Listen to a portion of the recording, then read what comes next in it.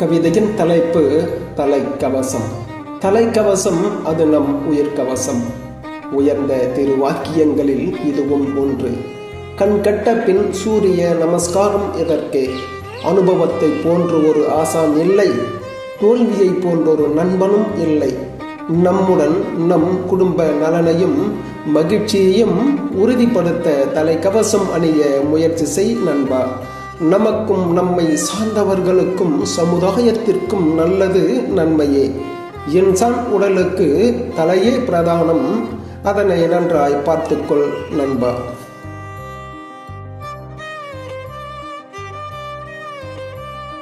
Thank you for watching our videos.